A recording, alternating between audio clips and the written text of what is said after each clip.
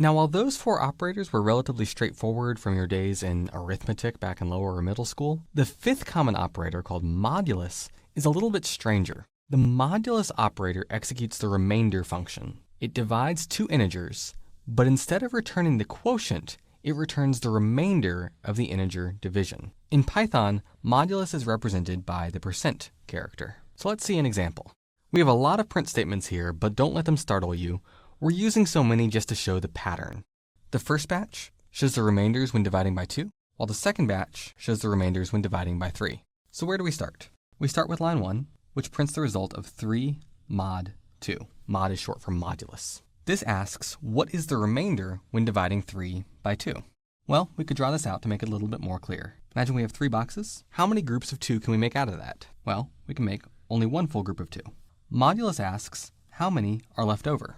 3 mod 2 gives 1 left over, and so the result is 1. On line 2, we do it with 4 mod 2. So now we have 4 boxes. How many groups of 2 can we make? Well, 1, 2, and there aren't any left over. They're all in a group of 2. And so 4 mod 2 is 0. 0 because there were no boxes left over. On line 3, we do it with 5 boxes, and again we have a group of 2 and 1 left over, and so our result is 1. This pattern is actually going to keep alternating. Every even number when divided by 2 gives no remainder, and every odd number when divided by 2 gives a remainder of 1. So we can use this to create a nice little oscillating pattern back and forth between 1 and 0. What about when we use 3 instead though? On line 6, for example, we take the remainder of 4 divided by 3. How many groups of 3 do we have here? Well, we have one full group of 3 and 1 box left over, and so our remainder is 1.